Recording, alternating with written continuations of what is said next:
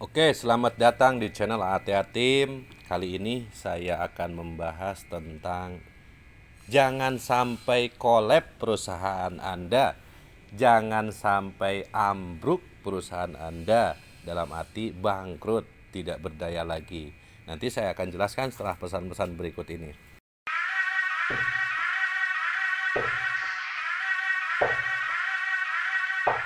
Yang pertama, usaha ini bisa kolab, usaha ini bisa ambruk.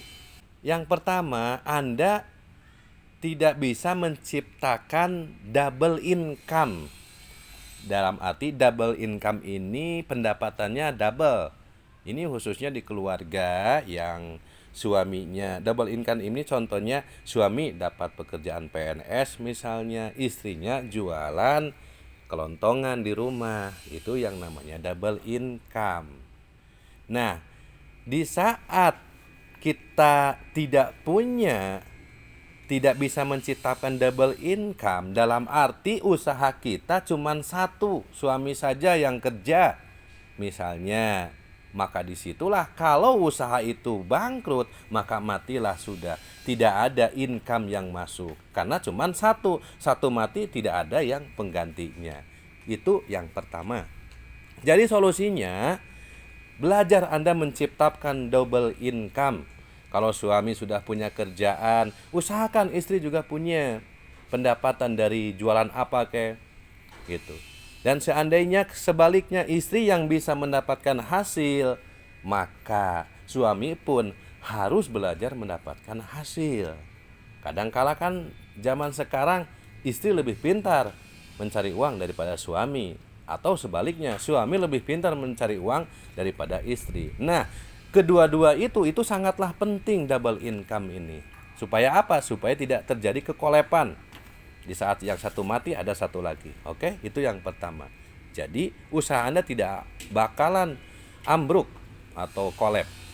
Yang kedua, Anda tidak bisa menciptakan double aset.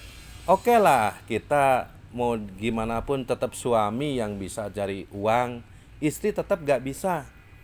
Misalnya tetap gak bisa sama sekali istri. Oke, sebagai seorang suami, oke, yang nomor pertama tidak bisa menciptakan double income, tapi setidaknya Anda ciptakan yang kedua, solusi yang kedua, yaitu Anda ciptakan double asset. Suami yang menjalankan usaha dan usaha itu terus dikembangkan cabang-cabang-cabang, itu namanya double asset. Kalau sudah cabang-cabang, contoh seperti saya gitu, sudah cabang, bila mana satu perusahaan kolab tidak jalan, maka ada perusahaan yang satu lagi jalan, maka ada satu perusahaan lagi yang jalan gitu. Nah, jadi tetap solusinya ciptakan double aset supaya jangan sampai ambruk, sampai kolab. Yang ketiga ini adalah gimana caranya supaya perusahaan kita tidak ambruk, tidak kolab. Kenapa bisa ambruk? Karena dia tidak punya cadangan tabungan. Di saat ambruk, apa yang mau dibangkitkan supaya usaha kita bisa maju? Tentunya kita harus punya tabungan. Kalau tidak punya tabungan, itu akan kolab. Tapi kalau Anda punya tabungan uang misalnya, atau tabungan emas, atau tabungan apapun itu, nabung di bank-bank misalnya, itu setidaknya bisa menolong perusahaan supaya lagi kolab itu kita bisa ambil uangnya. Oke, jadi solusinya mulai sekarang Anda mulailah menabung. Karena dengan menabung itu bisa menolong kita di kemudian hari, di saat kita kolab, di saat kita sangat membutuhkan uang. Oke? Yang keempat adalah gimana caranya usaha kita tuh jangan sampai kolab atau ambruk. Yang keempat, oke lah, kita tidak punya aset, kita tidak punya double income, kita tidak punya tabungan, tapi usaha satu kita ini mau ambruk. Nah, solusinya yang keempat adalah kita harus punya barang atau harta yang dijual untuk bisa menolong perusahaan kita. Jadi barang-barang ini semacam koleksi mobil misalnya atau motor, Jangan terlalu banyak, jual yang tidak terlalu diperlukan, yang tidak terlalu dibutuhkan. Untuk apa? Untuk menolong satu perusahaan. Disitulah saya yakin usaha itu bisa tertolong, tidak sampai ambruk. Dan yang kelima adalah solusinya, ini yang terakhir.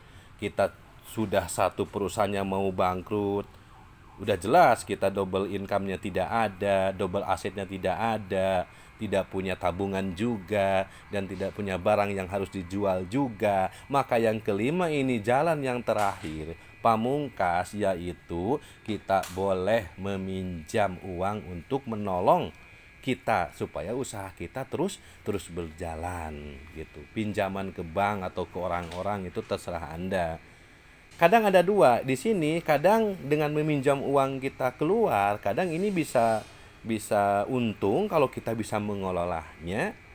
Kalau kita bisa mengolahnya, ini kadang bisa menolong kita dengan pinjaman itu dan kita bisa kembalikan lagi. Bahayanya kalau kita tidak bisa mengolahnya, maka Anda akan makin terjerumus lagi ke jurang yang makin dalam, keterpurukan hidup yang makin dalam. Jadi yang nomor 5 ini sangat harus hati-hati, karena apapun kita udah tidak punya lagi untuk menolong perusahaan kita. Hanya yang terakhir, yang kelima, yaitu meminjam uang. Itu yang harus Anda hati-hati. Oke, mungkin segitu aja penjelasan dari saya. Mudah-mudahan ada manfaatnya.